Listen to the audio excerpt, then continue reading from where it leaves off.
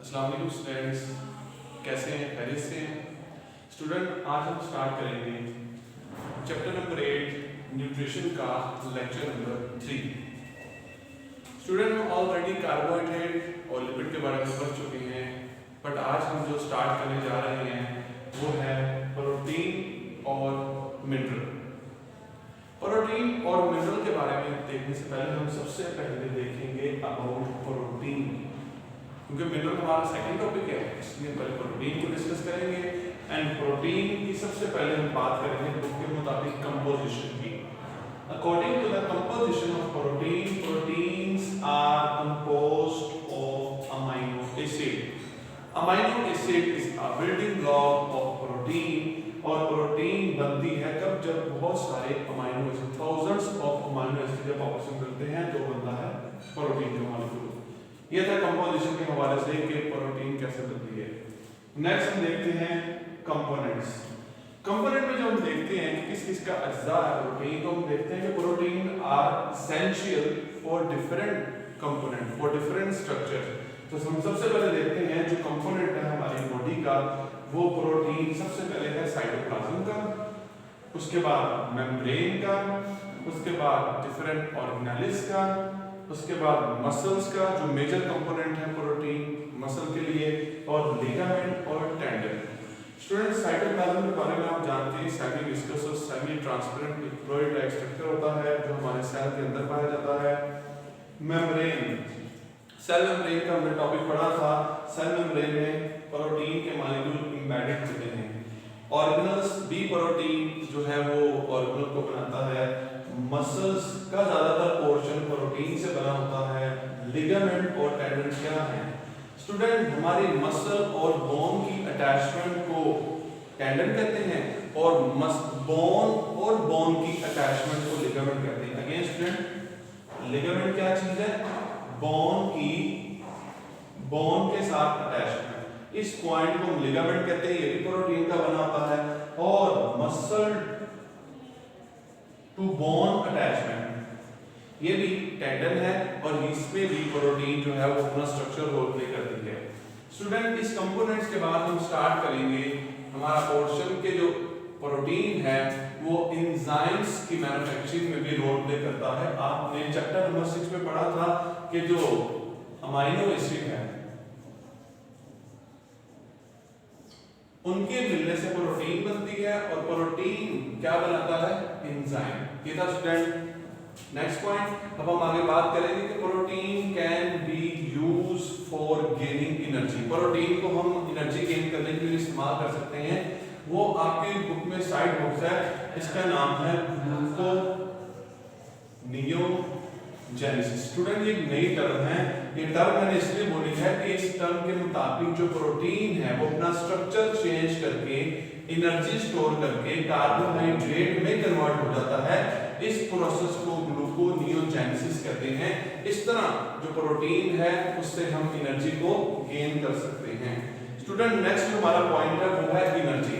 Energy के base पर हम जब बात करते हैं तो हम देखेंगे कि 1 gram of protein contain 4 kilo calories, या 1 gram of protein contain 4000 calories. Student, ये था कि 1 ग्राम प्रोटीन में कितनी एनर्जी पाई जाती है।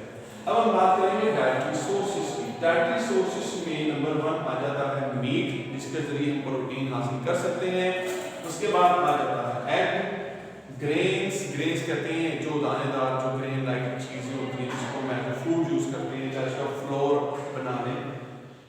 लिग्यूम्स फलीदार पौधे होते हैं, जैसे कि मटर का दाना, जैसे कि मटर को हम एक फली में से निकालते हैं। एक गोल सा स्ट्रक्चर होता है जो कि अंदर मटर को इनक्लोज करके रखता है, उस पूरे स्ट्रक्चर को कहते हैं लेग्यूम। वो लेग्यूम्स फलीदार पौधे को कहते हैं, उनसे भी हम प्रोटीन हासिल करते हैं। हम डेयरी प्रोडक्ट जिससे हम मिल्क और चीज, इनसे भी हम प्रोटीन हासिल करते हैं। एग से भी हम प्रोटीन हासिल करते हैं। So student, these are the dietary sources to gain the protein. अब स्टूडेंट, ये था हमारा प्रोटीन का मॉलिक्यूल। आई होप आपने अच्छे तरीके से अंडरस्टैंड कर लिया होगा। अब हमारा जो नेक्स्ट एआरपी के मुताबिक टॉपिक है दैट इज मिनरल। ये तमाम अभी हम जो ह्यूमन की फूड के कंपोनेंट्स हैं उसके बारे में पढ़ रहे हैं और आज हमारा जो कंपोनेंट है वो है मिनरल्स। तो सबसे पहले मिनरल्स की इंट्रोडक्शन की तरफ चलते हैं कि minerals are inorganic elements. Student inorganic element यानी कि इसमें कार्बन और हाइड्रोजन इन्वॉल्व नहीं होगी। These are inorganic elements that originate from earth. इनको अर्थ से ओरिजिनेट किया जाता है and cannot made by body, human body, animal body. ये एनिमल या ह्यूमन बॉडी में सिंथेसाइज नहीं हो सकते, इसलिए हम इसको अर्थ से ओरिजिनेट करते हैं। These are inorganic elements. This is about minerals. अब इसके बाद हम नेक्स्ट पॉइंट की तरफ चलते हैं। Mineral play important role in body functioning. जो मिनरल्स हैं वो बॉडी फंक्शनिंग में भी बड़ा इंपॉर्टेंट रोल प्ले करते हैं, जैसे कि आयरन हो गया, जैसे कि कॉपर होगी, जो कि एंजाइम के साथ मिलकर एक असिस्ट के तौर पे काम करता है, असिस्टेंट के तौर पे काम करता है, जो एंजाइम के फंक्शनिंग में मजीद उसको कैटालाइज कर देता है। अगेन स्टूडेंट के मिनरल कैसे इंपॉर्टेंट रोल प्ले करता है बॉडी फंक्शन में, ये एंजाइम्स के फंक्शन को कैटालाइज करने में हेल्प करता है। एंजाइम तो ऑलरेडी बहुत स्पीड अप वर्क करते हैं, but these mineral catalyse the functioning of enzyme. Next point पे चलते हैं। Minerals are necessary to maintain health. हमारी हेल्थ को मेंटेन करने के लिए भी मिनरल बड़ा इंपॉर्टेंट रोल प्ले करते हैं। For example students, calcium, iron. अगर जैसे दो की बात करें तो कैल्शियम हमारी बॉडी के लिए बहुत जरूरी है। हमारी बॉडी की जो बोन्स हैं उसकी फंक्शनिंग के लिए, उसकी जो बोन की डेंसिटी है वो बढ़ाने के लिए। और आयरन है, आयरन हमारे हीमोग्लोबिन ब्लड के अंदर पाया जाता है, जो कि ऑक्सीजन को कैरी करता है, पूरे ब्लड में मूव करवाता है। तो ये था कि मिनरल कैसे हमारी बॉडी के लिए नेसेसरी है टू मेंटेन हेल्थ। अब हम नेक्स्ट चलेंगे कि जो हमारा मिनरल है वो हमें डायरेक्टली वाटर से और प्लांट से ऑब्टेन होते हैं। वाटर से और प्लांट से कैसे स्टूडेंट्स? प्लांट्स में फ्रूट आ जाते हैं, वेजिटेबल आ जाती हैं, हर्ब्स आ जाती हैं, तमाम के अंदर मिनरल्स होते हैं। वो जब वाटर के साथ हम डिसॉल्व करके इनटेक कर लेते हैं तो इस तरह हम कहते हैं कि डायरेक्टली वाटर और प्लांट हमें मिनरल्स दे रहा है। बट जब उन प्लांट्स को, वेजिटेबल को, इन चीज़ों को एनिमल इनटेक कर लेते हैं और अब एनिमल जब फूड के तौर पे इस्तेमाल करते हैं तो वो एनिमल जिन्होंने इन चीज़ों को इनटेक किया था, ये इनडायरेक्टली एनिमल हमारे लिए मिनरल्स का सोर्स हो जाते हैं। मीन डायरेक्टली पहले वाटर एंड प्लांट और उसके बाद एनिमल्स। स्टूडेंट नेक्स्ट हम कैटेगराइज करेंगे मिनरल्स की टाइप को। Minerals are categorised into two types. Number 1 major minerals and number 2 trace minerals.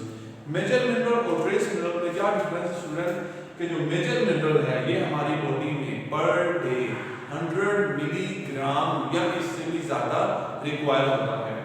इसकी एग्जांपल है potassium, sodium and calcium. But जो नेक्स्ट है ट्रेस मिनरल, जो कि बहुत कम अमाउंट में होता है, वो हमारी बॉडी में less than 100 milligram per day require होता है, less than 100 milligram.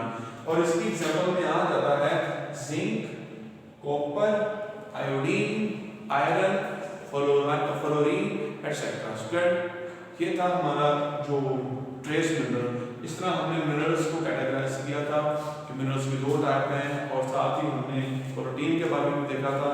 I hope student आपने अच्छे तरीके से अंडरस्टैंड कर लिया होगा। ओके स्टूडेंट्स, अल्लाह हाफिज़।